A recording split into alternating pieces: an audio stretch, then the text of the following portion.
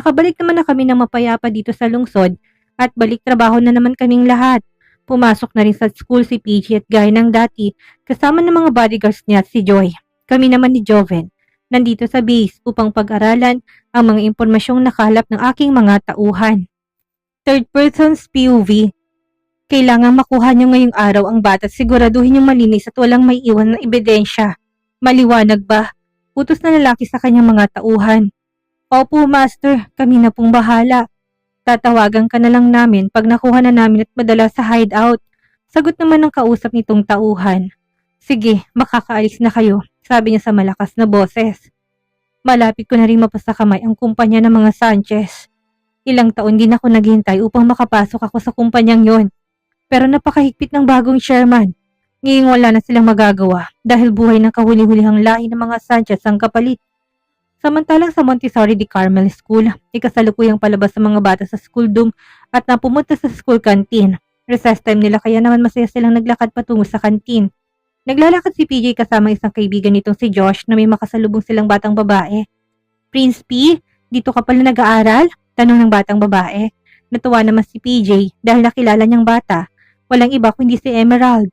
Emerald, anong ginagawa mo dito? Tanong niya sa bata. Dito na ako mag-aaral, Prince P. Bibong sagot nito. Talaga? Teka, nag-snack ka na ba? Halika mag-snack tayo sa kantin. Paanyaya ni PJ. Okay, Prince P. Nagugutom na ako. Sagot naman ng bata kaya sabay na silang pumunta sa kantin. Naglalakad sila sa isang pasilyo nang biglang may tumawag sa batang babae. Napalingon naman silang tatlo at nakita nilang isang babaeng tinatawag si Emerald. Lumapit naman si Emerald sa babae at kinausap ito. Si Josh naman ay biglang nakaramdam ng tawag ng kalikasan kaya nagpaalam ito kay PJ na magsi-CR na muna.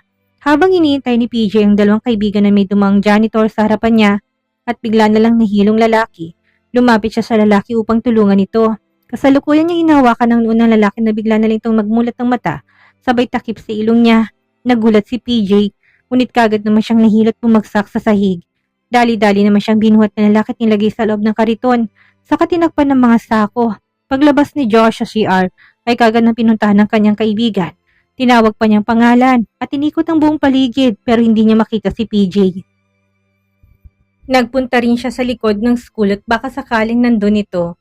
Hindi pa rin niya makita ang kaibigan at pabalik na siya nang mahagip ng matang batang isang lalaki na may nilagay sa loob ng kotse. Nagtago pa siya sa halaman upang hindi siya makita. Nakita niya ulit ang lalaki na may kinuha sa loob ng kariton at binuksan ang boot ng sasakyan. Nakilala niyang bagay na nilagay sa loob. Yun ang school bag ni PJ.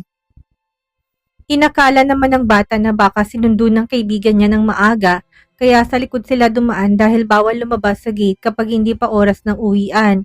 Isang tawag naman na tatanggap ni Cyril mula sa isa nitong tauhan at sinabing nakatakas daw si Amber Millet. Naisahan daw ng babae mga tagabantay nito na magpaalam na maliligo. Yun ang sinamantala ng babae upang makatakas. Pinilit na makalabas sa pamamagitan ng maliit na bintana ng CR. Labasan ng mga bata sa school kaya nagabang na si Joy sa may entrance upang sunduin si PJ. Nakita niyang palabas ng mga classmate ni PJ kaya naghintay na muna siya sa gilid. Nagtataka siya kung bakit hindi kasamang alaga nito sa mga batang lumabas kaya nag-alala na siya. Inikot niyang paningin dahil gusto niyang humanap ng mapagtatanungan na kaklase ni PJ. Kagad naman niyang nakita si Josh na kaibigan ni PJ, kaya lumapit na to sa bata sa nanay nito. Josh, nakita mo ba si PJ? Hindi niya ba kasamang lumabas? Tanong niya sa bata.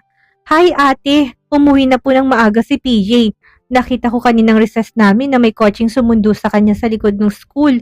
Tapos nakita ko yung lalaki atin kinuha po yung bag ni PJ sa kariton. Tapos nilagay sa likod ng car. Mahabang sagot ng bata. Lalo namang kinabahan si Joy dahil sa mga tinuran ng bata. Sigurado ka ba sa nakita mo, Josh? Baka nagkakamali ka lang. Kasi ako lang ang naghahatid sundo sa kanya. Tanong ulit niya sa bata. Opo ate, tapos po nakilala ko yung damit ng lalaki. Kasi yun yung uniform ng janitor dito sa school. Sabi pa ng bata. Agad namang naalarma si Joy kung totoo ang sinasabi ng bata. Ay malamang may kumidnap na sa alaga niya. Agad naman niyang tinawagan si Travis at pinapunta niya mga to sa kinaroonan niya. Ma'am, mawalang galang na po. Pero kailangan po ninyong sumama sa amin ng anak mo. Wika ni Joy sa ina ng batang dahilan naman ang kinabahalan ng ginang.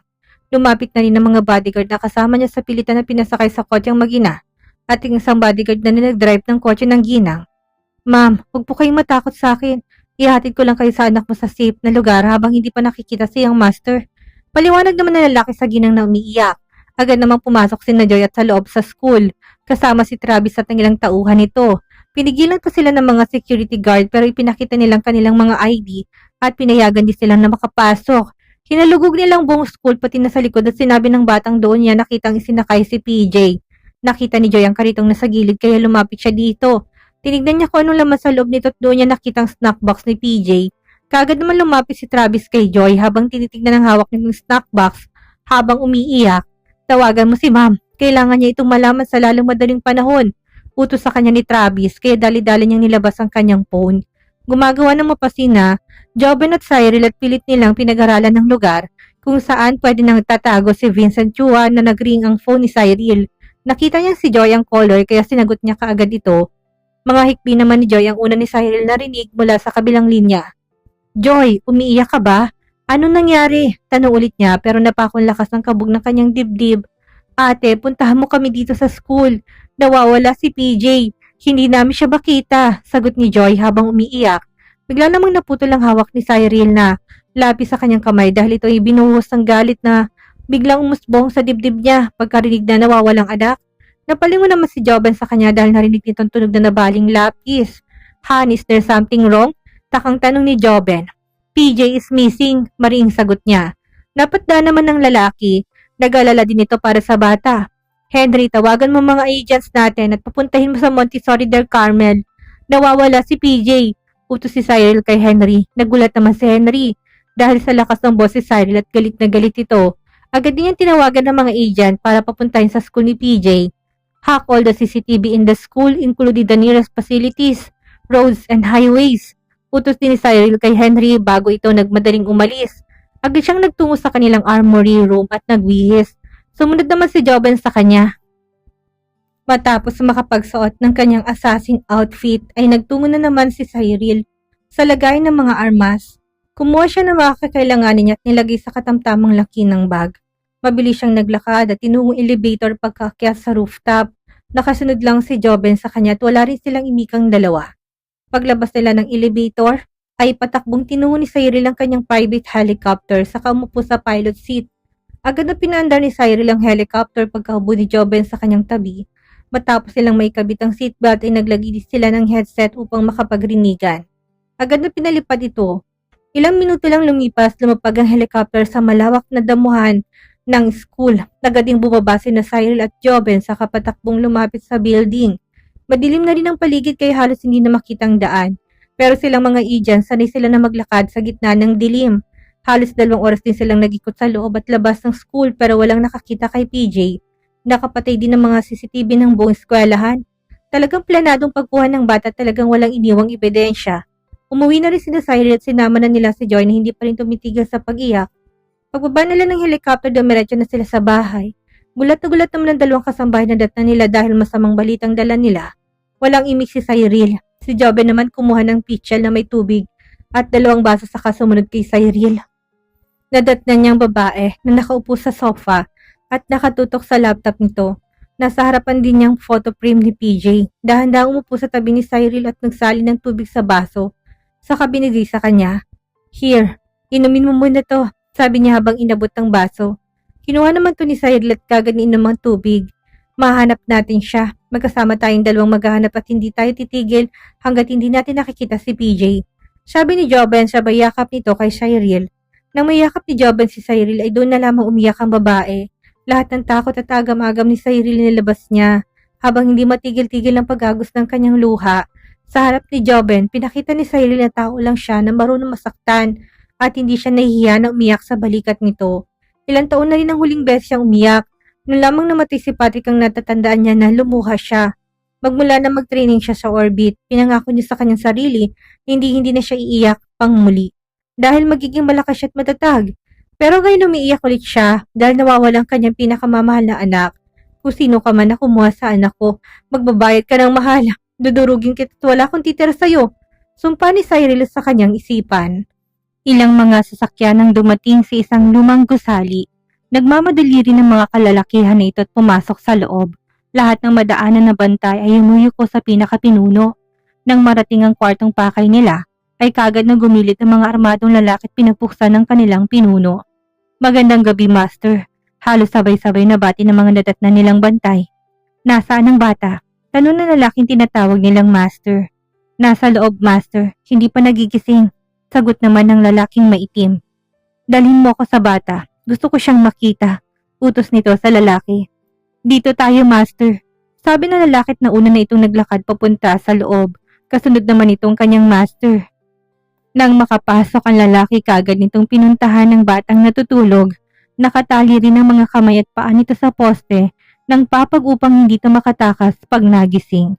Pinagmasdan ng master ang mukha ng bata habang tumatagal na tinititigan niya ito at may isang tao siyang naalala. Kamukhang kamukha ito ng kanyang anak na lalaki. Ganitong mukha niya noong bata pa siya. Tinawag nitong isang tauhan at hiningi yung mga papel na nakuha nila sa record nito sa school. Agad namang binigay ng tauhan nito ang hinihingi ng matanda. Agad niyang hinanap ang pangalan ng magulang ng bata at nakita naman niya ito kaagad. Agad niyang kinuhang telepono nito at may tinawagan. Pumunta ka dito sa hideout ngayon din. Utos nito sa kausap, sa kabinaba ang tawag. Hindi makatulog si Cyril dahil sa matinding pag-aalala sa kanyang anak. Halos hindi rin siya nakakain kanina dahil ayaw pumasok ang pagkain sa lalamunan niya. Sinabihan lang siya ni Joven na kumain na kahit na konti para may lakas siya kapag kailangan na nilang hanapin si PJ. Nakatingin lang si Cyril sa photo frame ni PJ. Si Joven ay pinauna niya ng matulog dahil hindi siya makapag-concentrate sa ginagawa niya kapag nakatingin sa kanyang lalaki. Hinihintay niya na magbigay ng signal ang kanyang anak upang matrace niya kung saan ang location nito. Habang naghihintay ay kausap niya si Henry sa kanyang computer. Nagpapalitan lang sila ng mensahe dahil ayaw niya marinig ni Joven ang mga pinaplano niya. Napag-aralan na rin niyang mga pinapadala sa kanya ni Henry na mga posibleng maging suspect nila sa pagkidnap kay PJ. Napapaiglip din siya minsan pero hindi siya umaalis sa pagkakaupo niya sa sofa. Alas 4 na ng madaling araw na makita niya umiilaw ang photo frame ni PJ. Dali-dali naman niya itong kinonekta sa kanyang laptop. Agad naman niya nakita sa mapang location ni PJ. May nilagay silang tracking device noon kay PJ. Nasa ngipin niya ito at hindi yun malalaman ng kahit na sino na may tracking device ang bata. Nakalagay ito sa ngipin ng bata. Pinalitan nila ng artificial ang isa nitong ngipin at saka doon nilagay ang tracking device. Matapos niyang mailagay sa phone niyang data ay kagad na siyang umalis. Dahan-dahan pa siyang pumasok sa kanyang banyo para hindi magising si Joven. Binuksan din niya ang faucet at hinayaan dumaloy ang tubig saka pumasok sa kanyang walk-in cabinet. May secret door sa loob ng kanyang cabinet. Hinawing niyang mga dress niya na nakahanger at may pinihit siya sa gilid. At bumukas ang secret door. Agad siyang pumasok sa kanyang secret room at nagbihis na parang ninja assassin. Naglagay din siya ng mga bala at bomba sa kanyang bag. Kumuha din siya ng ilang pirasong granada at patalim. Puno ang katawan niya ng armas at mga bala. Napakabigat na nito, ngunit hindi ni Cyril ininda dahil buhay ng kanyang anak ang nakasalalay sa kanyang mga kamay. Sumakay siya sa elevator at bumaba na sa kanyang car park. Agad siyang sumakay sa kanyang itim na Ducati at matulin tong pinatakbo. Nagising si Joven at hinahanap niya si Cyril, ngunit wala ni ito sa sofa. Narinig niyang bukas ang faucet sa banyo kaya dali-dali niya itong tinungo. Pagkabukas niya sa pinto ay wala naman siyang nakita doon. Hinanap niya si Cyril sa paligid pero wala ito. Bumalik ulit siya sa kanilang kwarto at nakita niyang laptop ni Cyril. Bukas pa rin ito kaya nilapitan niya upang tingnan kung ano ang laman. Nakita niyang mapa ng isang lugar at napansin din niya na may pula sa mapa. Bulalas niya nang maisip kung ano ito. Napansin din niyang phone ni Cyril sa table. Iniwan to ng babae. Binuksan niya ito at isang mapa rin ang tumambad sa kanya. Kapansin-pansin din ang pulang dot dito dahil gumagalaw pa ito palapit sa isa pa. Naisip niyang si Cyril yon at pupunta ito sa kinaroroonan ni PJ. Kaya dali-dali siyang nagbihis at tinawagan na rin si Alfie. Mabilis na nakarating si Cyril sa lugar kung saan dinala si PJ. Tumigil siya sa malayo, tinago pang kanyang motor sa talahiban sa gilid ng daan. Patakbo niyang tinungo ang natanaw niyang lumang gusali. Nang malapit na siya ay maingat siyang naglakad upang lumapit sa building. Ingat na ingat siyang huwag siyang makalikha ng ingay. Tumingala siya sa taas ng gusali upang maghanap ng pwede niyang daanan. Umikot pa siya dahil walang bintanang bahaging ito ng gusali. Hindi rin siya nakakita ng madadaanan niya sa kabila, kaya naisip niyang sa itaas siya dadaan. Kinuha niyang lubid sa kanyang bag at itong gagamitin niya na umakyat sa ibabaw ng gusali. Walang kahirap-hirap siyang umakyat sa ibabaw ng gusali sa pamamagitan ng lubid. Nang makarating si Cyril sa itaas, kagad din niyang kinuha ang lubid. Magagamit pa niya ito mamaya. Mag-ano mga yapak niyang bumaba sa hagdan at hinanap kung saan itinagong kanyang anak. Pababa siya sa second floor nang makita niyang may ilaw sa ibaba. Dahan-dahan siyang bumaba habang mahigpit na nakahawak sa kanyang armas. Nagkubli pa siya sa pader dahil may nakita siyang mga lalaking papalapit. Bilisan niyo at malapit na si Big Boss. Narinig niyang sabi ng isang lalaki. Mukhang may paparating dito sa lugar at natuwa naman si Cyril dahil hindi na siya mahirapang hanapin pang kriminal na dumukot sa anak niya. Nagmadali pa siyang lumabas at mabilis ang galaw na tinungo ang kwarto kung saan galing ang mga lalaki. Dahan-dahan niyang pinitang hawakan ang pinto. Sumilip siya sa loob upang makita kung nandito ang kanyang anak. May naramdaman siyang papalapit sa kanya kaya naman mabilis nitong sinalubong. Nagulat na lalaki sa biglang sumulpot sa harapan niya kaya hindi na ito nakahuman ng biglang patulugin to ni Cyril. Hinila pa nga niya lalaking walang buhay at tinago sa madilim na bahagi. Agad din siyang nagtago dahil narinig niyang pagbalik ng mga lalaki na lumabas kanina. Dahan-dahan siya sumilip upang makita kung sinong dumating.